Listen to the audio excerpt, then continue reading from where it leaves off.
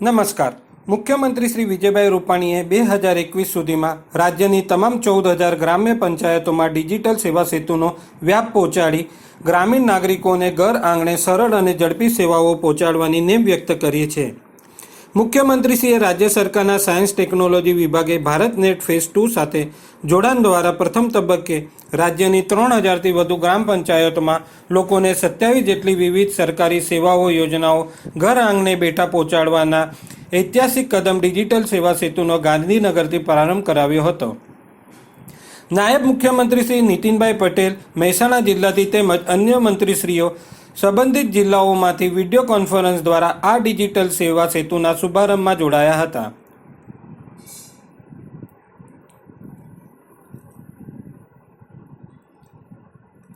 મુખ્યમંત્રીશ્રીએ સ્પષ્ટપણે કહ્યું કે ગામડાના સામાન્ય માનવી ગરીબ વ્યક્તિને પ્રમાણપત્રો દાખલા કે યોજનાઓ માટે જરૂરી દસ્તાવેજો મેળવવા તાલુકા જિલ્લા મથકે જવું જ ન પડે, તેના સમય અને નાણાં બેઉનો બચાવ થાય તેવી વ્યવસ્થાઓ આ ડિજિટલ સેવા સેતુ દ્વારા ગ્રામ્ય સ્તરે આપણે સુનિશ્ચિત કરી છે.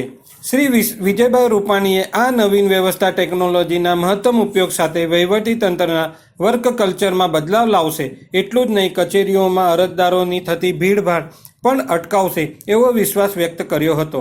તેમણે કહ્યું કે સેવા સેતુના આવા 5 રાઉન્ડમાં 2 કરોડથી વધુ લોકોના સમસ્યાઓનો પ્રશ્નનું નિરાકરણ લાવ્યા છીએ.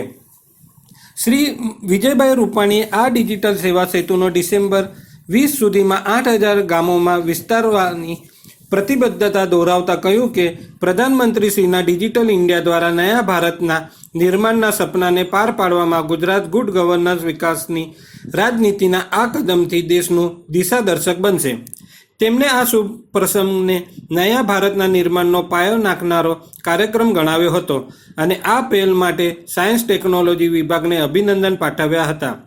મહેસૂલના અધિક મુખ્ય સચિવ શ્રી પંકજ કુમાર, અધિક મુખ્ય સચિવ શ્રી મનોજ અગ્રવાલ તેમજ રાજ્ય સરકારના વિવિધ વિભાગોના અગ્ર સચિવો અને સચિવશ્રીઓ ગાંધીનગરથી આ શુભ પ્રસંગે જોડાયા હતા.